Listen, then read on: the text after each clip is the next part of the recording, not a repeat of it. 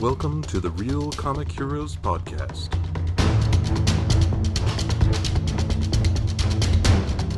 Your adventure into the world of comic book movies starts here.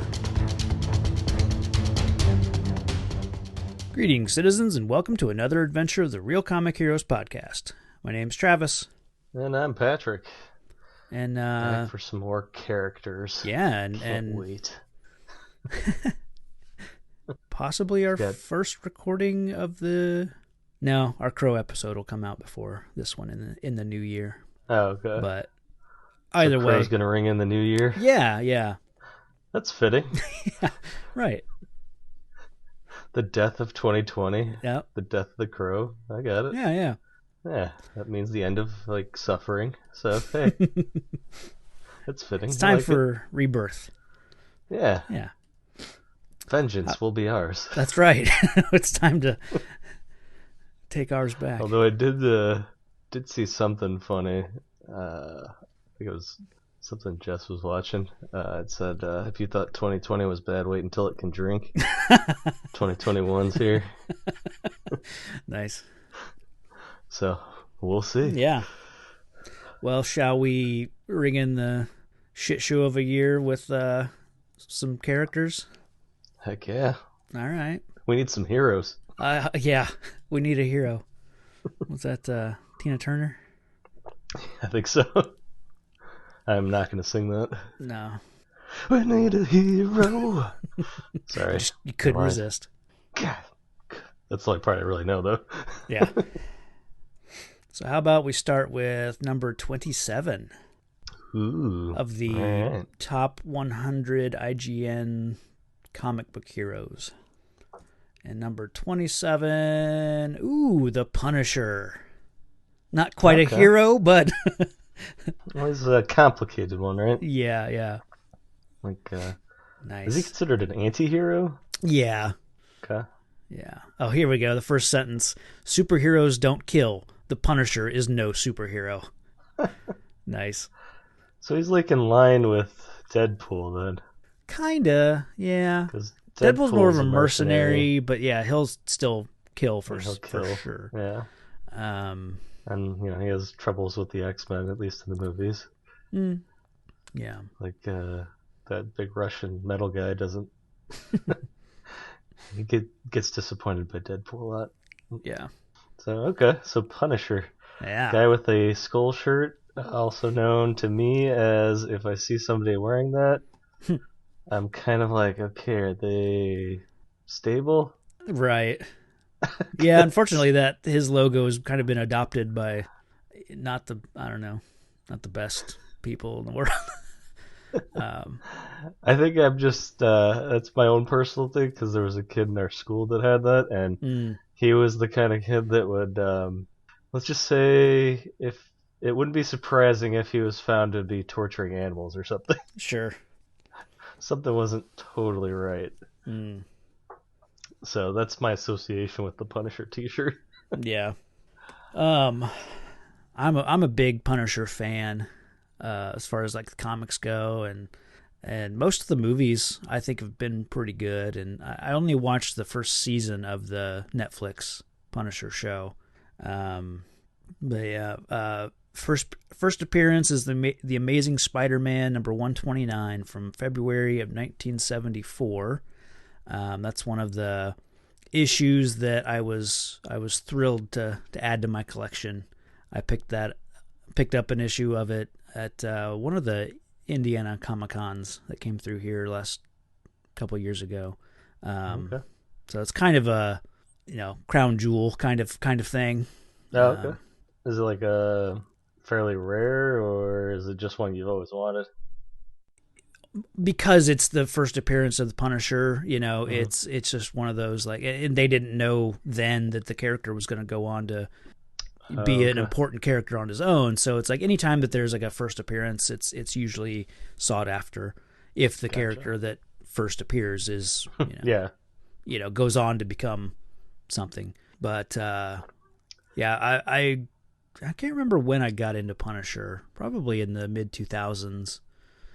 Just started picking up random series and would just follow. Actually, it was probably around just after Civil War when they killed off Captain America.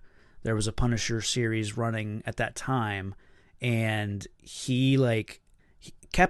Punisher he respects the hell out of Captain America in a way of like, I'm not a hero. If you want a hero, go follow Captain America, because he's the guy that's doing it the right way. Like, Punisher knows that about himself. Like, he's not a hero, but he respects the hell out of Captain America. And when he got killed in the comics just after Civil War, Punisher like took up the Captain America, almost like the role, but his costume was like a skull with a star behind it. Like he kind of became Captain America in his own head. Weird. Yeah. It didn't last very long, but it was kind of cool. Yeah. And then from then on, I kind of kept following the Punisher, and he's one of those characters that like they just can't keep a single long running series. It's like there are so many Punisher #1s because they just keep, so many volumes. Like they'll do it for a year and then start it over. I don't know why comics are just terrible with that. Captain America as well. They just keep running new volumes instead of just keeping the one series going for long term. But so I've got a lot of different Punisher runs. I don't know why. I really like the character. So he's just a regular dude. He's Yep. like Batman, but not fancy toys. Mm-hmm. And like, there's no like special ability, right? It's just No, vengeance. yeah. He was just Frank Castle, and he was, a cop that got too close to the mob, and the mob put out a hit on his family. Or I think it's like they put a hit out on him, but his family got accidentally got crosshairs. Like I think it depends I'm trying on to think which. of the Dolph Lundgren version we saw. In that, was it he came home and they blew up the car or something like that? Yeah. Typically, it's depicted like Frank Castle goes on a picnic with his family in Central Park, and the mob just came after him and just started shooting like crazy. And I think typically even Frank Castle did get hit but didn't die, but his family got killed. I think it's always a wife and I think a boy and a girl is usually the family. Okay. I think in the Thomas Jane Punisher movie, it's just a wife and son. In the John Bernthal Netflix Punisher, it's a wife and a boy and a girl. And it's always kind of done a little bit differently, but it's that tragic kind of history that then drives the character. So he is kind of like Batman, where he'll punish the criminals, but he goes much further than the Batman, of course. Okay. I always thought of him as a action hero more than a comic book hero. Like, there's a lot of action heroes like Rambo and. Well, I think that kind of thing. Yeah, I think what's the Charles Bronson? Death Wish. Yeah, that I think was the inspiration for creating the character. Okay. I could be wrong. Maybe time-wise, Death Wish may come after Punisher. I'm not certain, but it's kind of that mid-70s. Yeah. So this is 74. So it's that gritty 70s crime vengeance kind of story that inspired the Punisher. So. Okay. They've done some really cool things with the Punisher over the years because he's just a normal human. I know there was a run in the 90s that I think I haven't read it, but I think they killed him but he was brought back as an angel, but he was still going after criminals and stuff. So I didn't read that run, but it was like he was kind of a supernatural, almost like a Crow kind of character where he was going after going on revenge, but he had some supernatural abilities. I'm not certain yet. I haven't read that yet. Like the Crow. One thing I really liked in the mid 2000s, kind of late 2000s, maybe like 2009, they did a Frankencastle story where Wolverine's son, Dakin, was working for like a group of dark Avengers, and because Punisher was going after Norman Osborn, who was like head of S.H.I.E.L.D. at that time. And so they put out, they sent Wolverine's son to kill Punisher, and he did. Like, he cut him to pieces, like beheaded him, cut his limbs up, and so Punisher's body got taken, I think, to the underground, which is like, there's a society of monsters that lives, beneath the sewers and all that stuff. And it's like Morbius, the living vampire, and Man-Thing, Werewolf by Night, a couple other, like, more of the monster type Marvel characters. And it's like this just refuge of monsters living, it's like their own secret society where they can live without being persecuted and all that. So they managed to stitch his body back together, and they used this gem called like the Bloodstone that had magical properties or something, and it like brought him back to life. But for maybe a year, maybe not that long, he was running around. I mean, it was a literal like Frankenstein monster. He was just big and almost kind of steampunk. Like, he had so kind of not quite a cyborg because he wasn't like technologically advanced, but he was like put together with machinery and this his body parts and stuff. And yeah, I really liked the Frankencastle run. I thought it was a really fun thing to do with the character. But then, because they used this bloodstone, it eventually healed him. So when they were ready to bring him back to normal, it's like, because this stone had this power to heal, it just brought him back to normal. So, that was a fun run of Punisher. Did it stay like with him, so he had a healing ability, or just no? It eventually, completely went away. Like, okay. The Bloodstone's been a thing that like it's been a part of several other storylines. Okay. But I think it got taken away. Someone took it, and who knows where it is now. I don't know. It's not quite like a Infinity Gem kind of thing, but it's it's sought after or whatever. I always wondered how those like spin-offs, or I don't know, lack of a better word, those gimmick runs do, like zombie versions. I always wondered if those are seen as like cheap way to make a buck on a new take, or if people actually liked them. I think some of them are better than others. I've only, as far as like the Marvel zombie stuff goes, I read 2 volumes of it, and that was enough. It was fine. I'm glad it's not like part of the mainstream, or like Bizarro, where good guys are bad and bad guys are good. Yeah. So cool. Yeah. Just an FYI, Death Wish came out in '74. Oh wow. So, well, this is right together. February of '74. So, oh wow. I can't imagine that. But there may have been other like similar, things that came out around the same time. I don't know. But yeah, he was originally just a hitman hired by the Jackal to kill Spider-Man. Jackal told Punisher that Spider-Man was guilty of, I think, killing Gwen Stacy. Because it was shortly after Green Goblin killed Gwen Stacy, and the Jackal was like obsessed with Gwen Stacy. Had a big crush on her, and that had more ramifications down the line in the whole Spider-Man clone saga. But yeah, God, comic books just have so many different threads. They really do.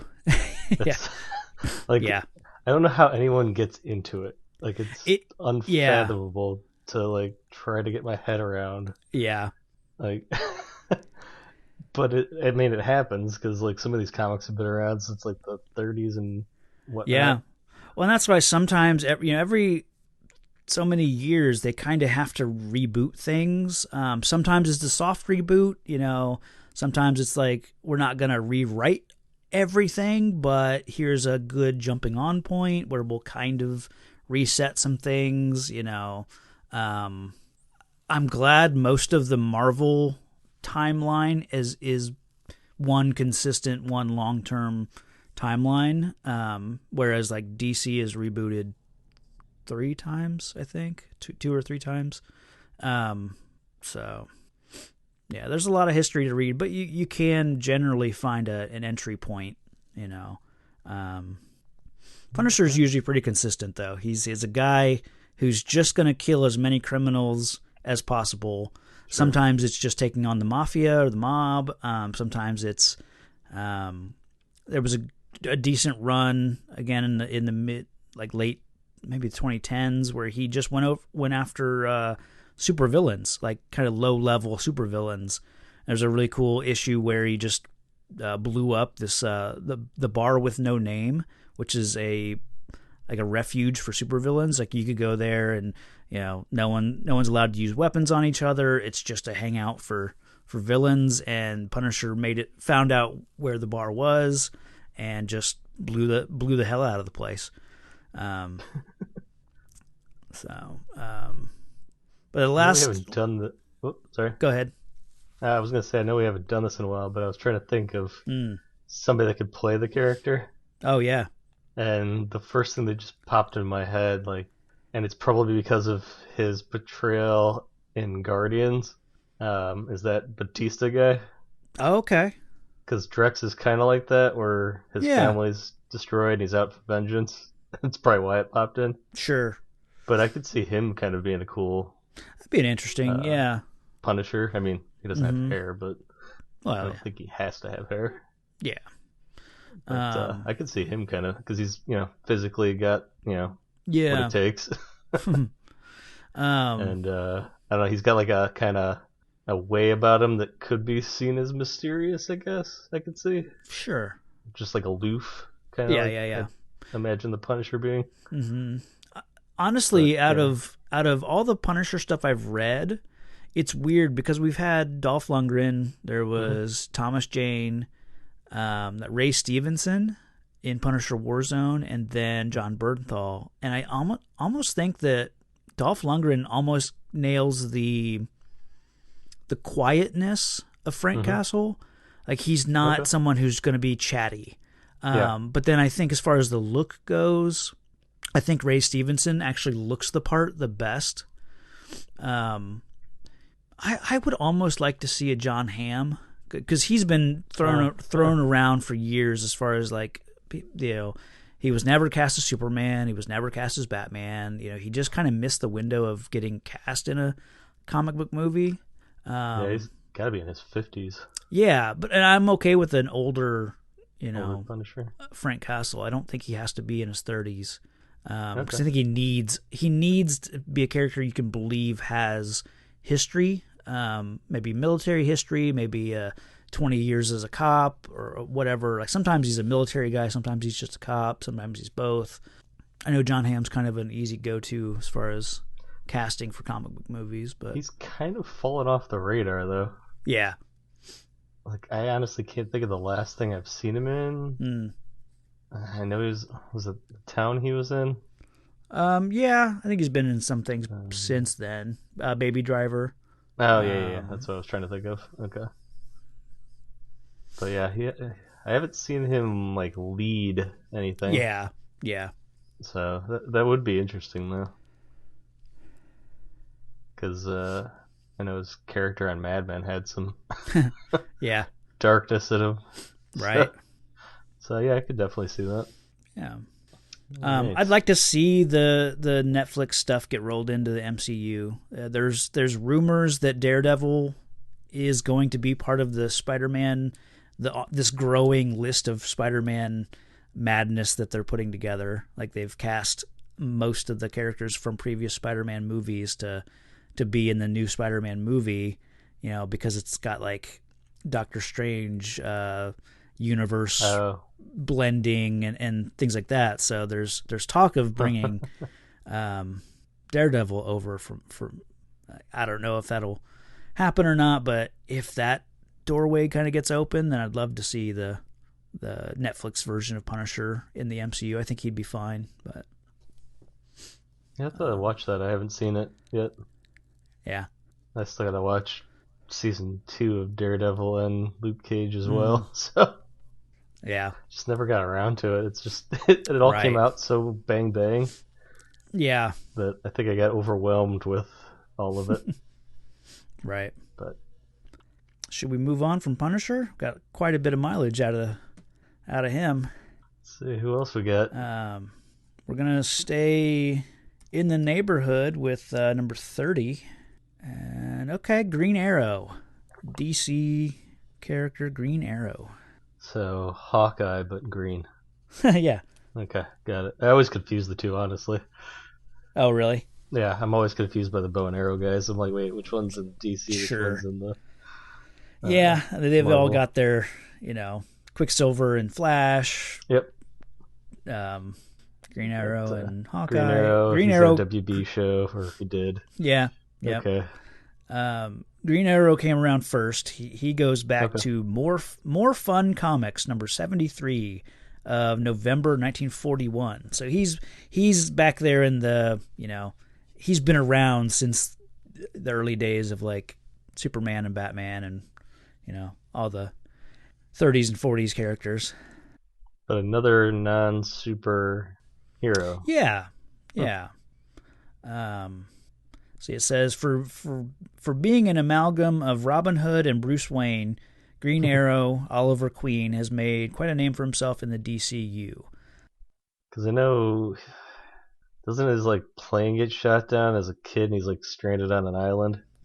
That's the Arrow version, which might be the true origin. I'm not certain on his comic book origin. Okay. But I want to that's make sure I was thinking of the right person. Yeah, yeah. And then Let's somehow see. trains himself to hunt, and that equates to his awesome Yeah. arrow shooting skills. And somehow learns like fighting styles. I can't remember. Yeah. I'm sure there's more to it. I'm just trying to piece Yeah. together what like my memory of it. Right. In the show, yeah, he gets to an island, and then I think you find out like there are people there that trained him. I think he was in Okay, the there show were was people there. Okay. trained by Deathstroke. Is that the orange and black Yeah. mask guy? Okay. Yeah. Right? Yeah. I get him confused with another person. Deadshot, probably. Yes. Yeah. Which is the Will Smith guy from Yeah. Suicide Squad. Yeah. Ugh. What? How come DC and Marvel just like there's so many characters to confuse? Yeah. Well, and then like Deadpool came around, and so Deathstroke is Slade Wilson.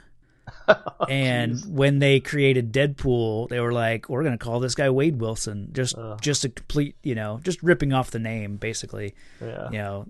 And the fact that they use like swords and guns, and Yeah. pretty different after that. But I'm trying to look up like the Green Arrow origin, because I don't know if it is like the show where he's stranded on an island for years and then comes back with all these abilities.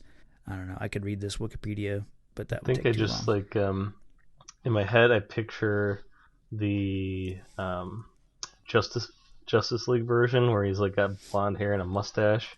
Yeah, that's pretty typical. Usually the Or what's goatee called or something. Yeah, he's the got Van facial hair of Dyke. some sort. They always call it. Yeah. He's always kind of looked like the classic Errol Flynn Robin Hood. Yeah. Which they kind of went away from in the CW show. Sure. And I don't know, it wasn't that weird. I think it's weird now seeing him with facial hair. Well, they always kind of like the Arrow show. Like I feel like they always just had him in like a scruffy beard, kind of like some facial hair, maybe a little bit of a goatee. But it wasn't like, a pointy styled mustache. No, like not a big yeah. blonde. Yeah. Which that doesn't. Yeah, that's fine. It's a lot of upkeep. Yeah. Looking here, it looks like. Okay, yeah. In most subsequent origin stories, Queen was abandoned on a deserted island and forced to take up archery in order to survive. Probably like for hunting and stuff like that. A really lonely Gilligan's Island. Yeah. I know that they've always made the character very like left wing, very like he doesn't trust the government. He doesn't like he's always been a symbol for the what do you say, the people that have been like overlooked in society and like Robin Hood. Yeah, exactly. Yeah, he really is just an updated Robin Hood. Yeah. Not necessarily stealing to give to the poor, but fighting for the poor and the it says like the disenfranchised, underprivileged. Gotcha. They teamed him up with Green Lantern a lot in the like 60s and 70s. And the Green Hornet. And yeah, get all the green characters together. The Green Team. Yeah. They did a run, or not a run necessarily, but a controversial issue in the 70s where he found out that his young sidekick, Speedy, was using heroin. And it's like a big it was comics trying to do some good and like shine a light on drug use and kind of a just say no kind of thing that they were trying to do. And but it wasn't often that you would get like drug use called out big time in a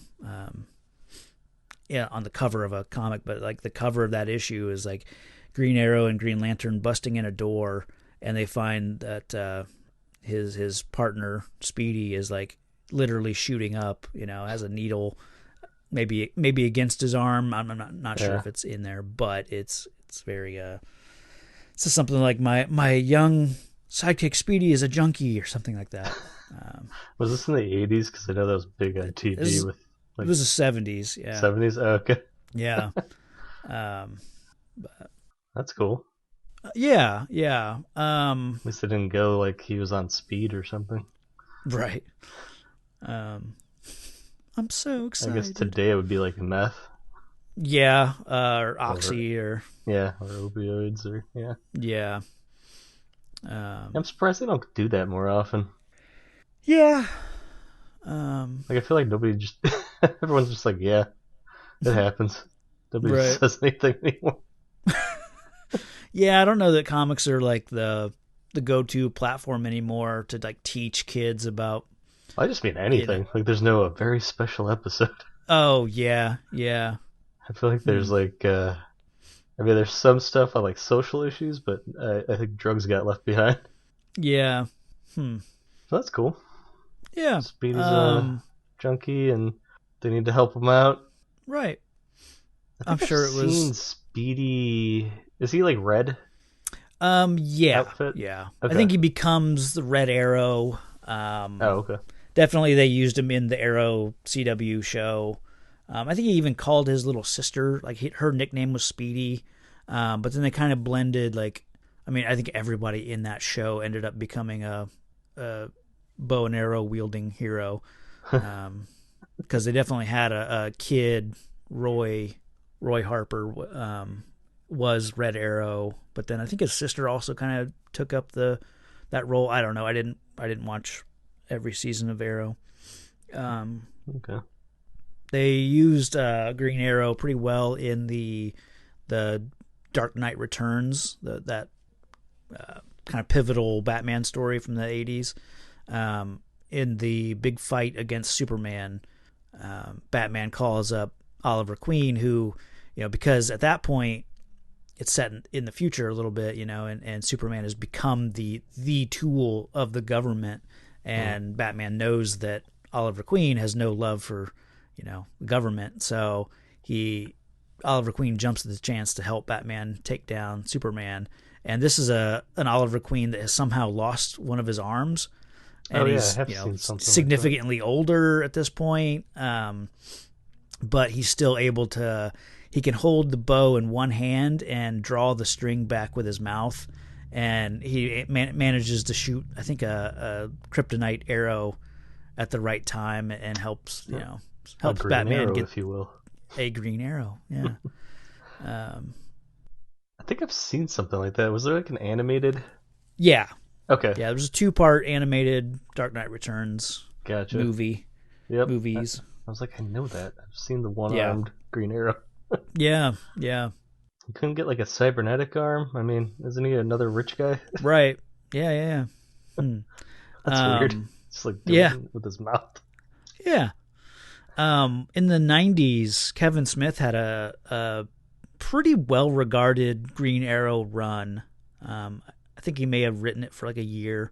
It was one of the early, like, first comic book storylines that Kevin Smith wrote.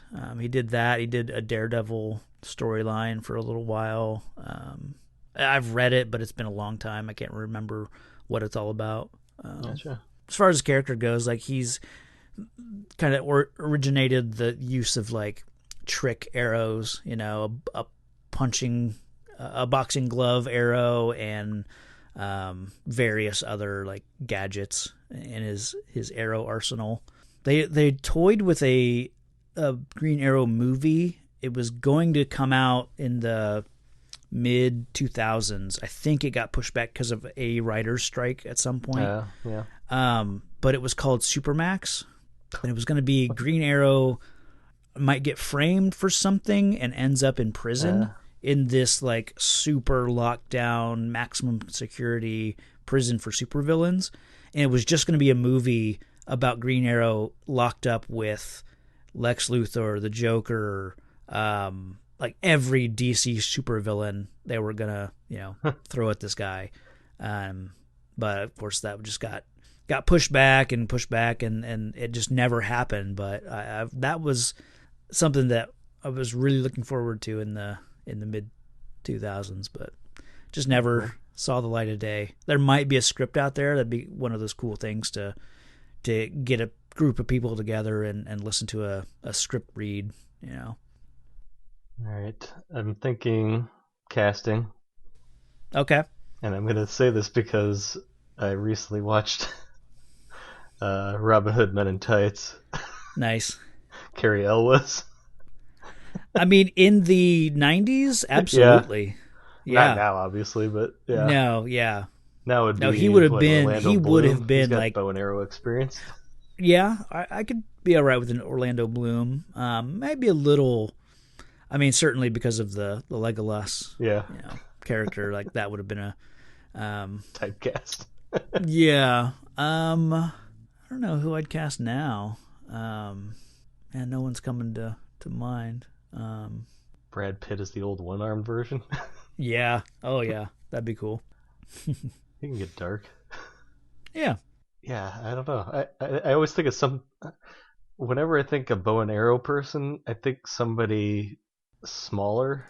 Oh, sure. Like not like tiny, but like nimble, like not like right. hulking, Yeah. Like The Rock, obviously couldn't be Green Arrow. Sure. Be weird. But like Jeremy Renner's like the perfect like combination. Right. I just can't think of anyone else. Yeah.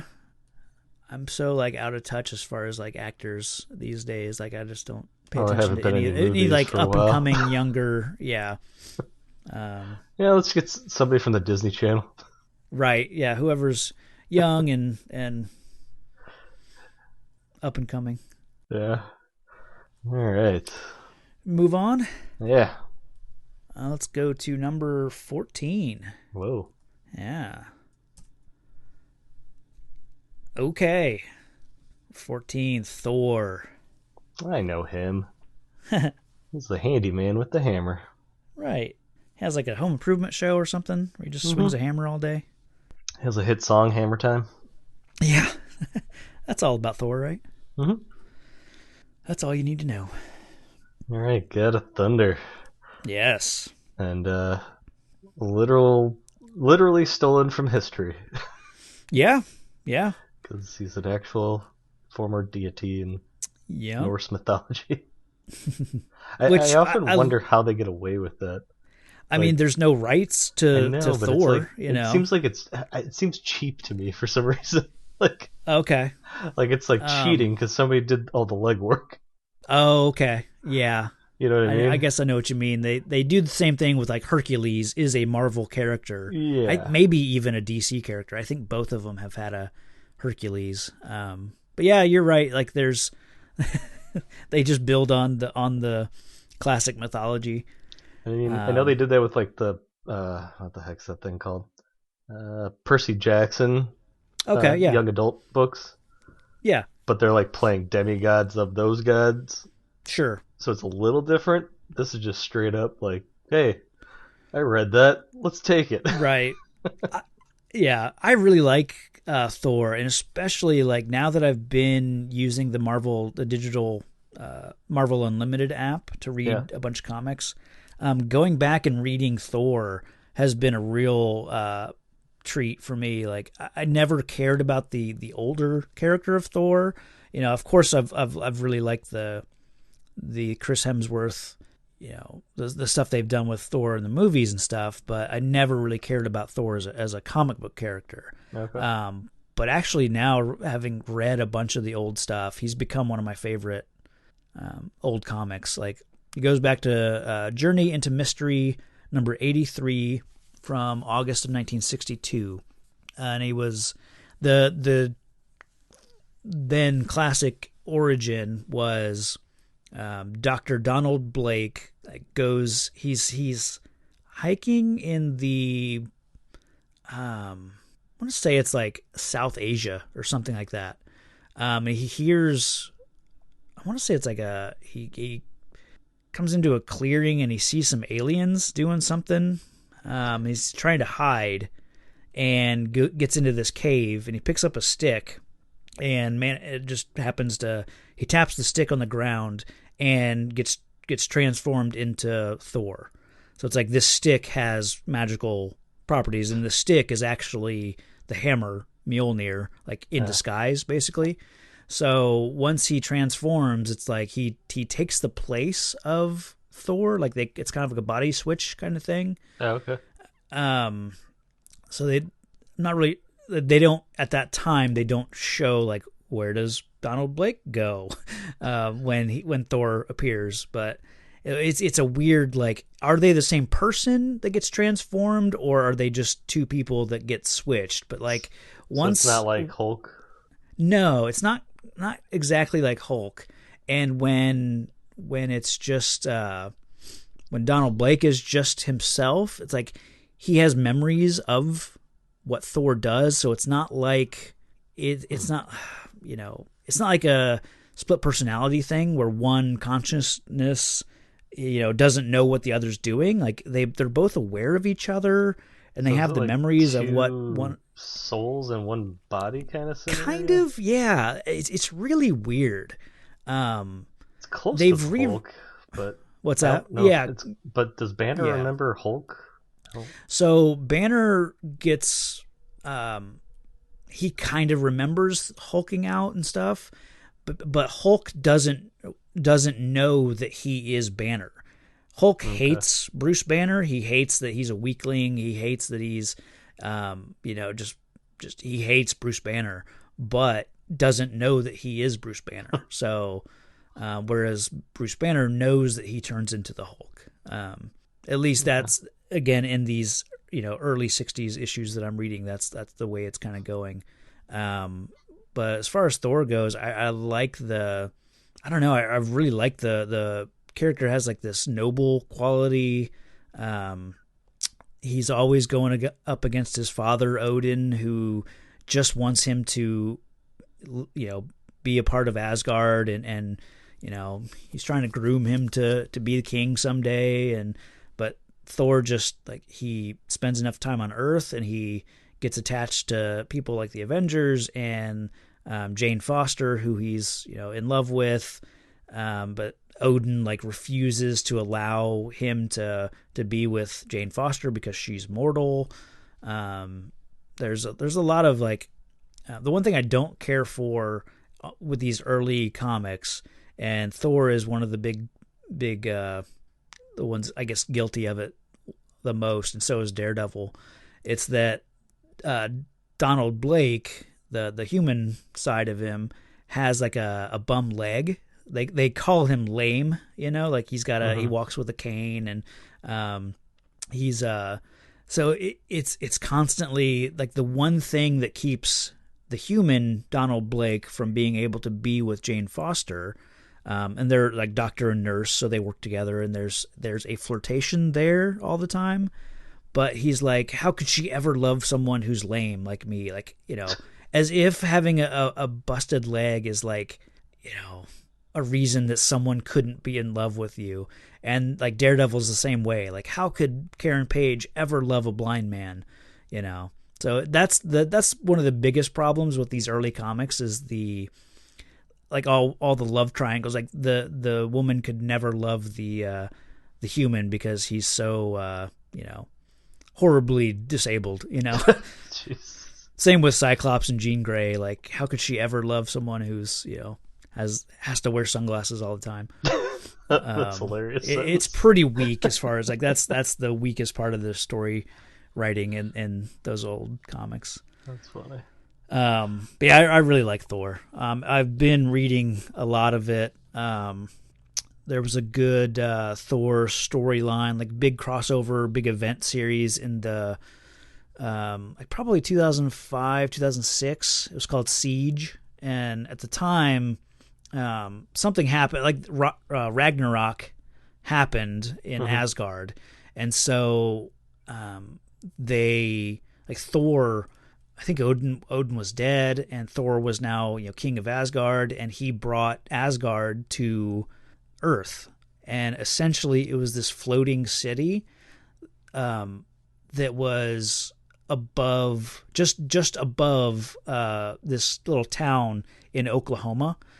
So Asgard was now like in Brockton, Oklahoma, and it was just funny because like the people who lived just outside of town, like suddenly in their backyard is this giant, floating city, and it was like fun shenanigans of like Asgardians coming into town and like coming into a diner, just there were some really fun like stories there, and but eventually, of course, it led to like the government was like, we don't like that there's this town of gods living here, and of course, like I mentioned before with Punisher, Norman Osborn was the head of S.H.I.E.L.D. at that time, and of course he was the Green Goblin for a long time, but eventually made his way, snaked his way into the government and became head of S.H.I.E.L.D., and he wanted to take down Asgard, and he didn't like that there were a bunch of superhumans living right there. So there was this storyline called Siege, and it was basically his team of Avengers and the government like just trying to blast the hell out of Asgard. Smart. It was a good storyline, but cool. I wonder if maybe they have, but I always thought it'd be interesting to have a story around Valhalla. Oh yeah, like as an alternate universe or however you want to treat it. Yeah, like the bravest warriors, immortal warriors, or something. Because somewhat tied into Thor with Valhalla being like the resting place for brave warriors or something. I always thought that'd be heaven for Asgardians. Yeah, it's like as like an alternate dimension of the bravest immortal warriors or something. Yeah. I always thought that'd be cool. But Thor. I can't think of any other actor. No. I mean, maybe his brother. Yeah, yeah. Well, and it's funny because when you look into the history of them casting Chris Hemsworth, Mm-hmm. Tom Hiddleston, who ends up playing Loki, auditioned for Thor. And it just seems like how could that dude be, Thor when we've got Chris Hemsworth? But Did like he put on maybe a he bunch could of have bulked muscle for on. that? Yeah, right. Like I don't know. I can't imagine. No. But I was at the time I was really disappointed that the guy that played he was in True Blood, Eric the vampire. Like he was who I wanted as Thor at that time. One of the Skarsgårds, right? Mm-hmm. Can't remember. But yeah, he was my top choice for Thor. But I'm really glad because at the time, Chris Hemsworth was the guy that played Captain Kirk's dad in the opening 5 minutes of Star Trek in 2009. Like that was the only thing he really had at the time. Yeah. So it was real surprising, an odd choice at the time. Yeah. But he's definitely grown into that role and really made it his own. So yeah, Marvel's definitely gambled a few times. Yeah. Downey Jr. wasn't exactly the picture of stability at the time. No. Yeah. That was a heck but that's of a what risk. that they knew that the character needed to have someone that had a history of substance abuse and so cool. Yeah. Yeah. So far, I'm 3 for 3, man. I'm awesome right at on. this. Want to do one more? Sure. Let's go down towards the bottom with number 75. And Marv. And I'm lost. Okay. Have Marv. you ever seen the dude Marv? from Home Alone. Marv. Yeah, exactly. One of the Wet Bandits. Yeah. He can take a beating. Yeah. Have you ever seen Sin City? Yes. Okay. Mickey. Oh, Mickey Rourke's character? Mickey Rourke's character is Marv. He's like a big, heavy... scarred up face. Yeah. First appearance, Dark Horse Presents, number 51, June in 1991. Says, Sin City is a place where only the strong and sadistic can survive. Marv is a little bit of both, but he's a noble streak and an unbreakable sense of loyalty towards those few people who can see beneath his craggy exterior and recognize the good man within. It's been several years since I've seen Sin City. I've never read the comics. So I don't have a lot of history with Marv outside of watching that movie. I liked the movie, and I like that they made the movie match stylistically with like the comics, because the comics were always the black and white with tiny little hints of color every now and then. But I like the stylistic choice with Sin City. It always made me think of a dark Dick Tracy. Right, yeah. Like vibe. That noir. Yeah. Oh god. Freaking that movie, what's his face? His character was just creepy. Well, there was Nick Stahl's Yellow Bastard. No, it wasn't that one. He looked like a normal guy with glasses. Elijah Wood. Okay, yeah. His character, the way he played him, I'll never forget. Oh, yeah. I don't know why. It was a weird character, but it stuck with me more than any character in that movie. Huh. But anyway. Yeah. I honestly don't remember a whole lot about Mickey Rourke's character, Marv, then. He was obsessed with this woman, Goldie. Oh, okay. I think maybe she got killed and he was trying to find her killer, I think. Gotcha. Yeah, I don't know. I don't really know much of Marv's history and storyline and but all he's that. Just a strong guy. Big head, yeah. Kind of. I associate him with like being like a boxer, someone who's, their face has been pounded so many times that they've just got, maybe, I don't know if that's part of the character history. I know that's kind of, casting Mickey Rourke as Marv, I think was like, I mean, probably a good idea because he Yeah. had, his face took a beating there for, like, he was just completely different at a certain point. Yeah. But no, I don't really have any history with Marv or really Sin City. I mean, I enjoyed the movie when it came out, but I've not revisited it often. Yeah, I mean, I think that's the movie that got Mickey Rourke back into the spotlight.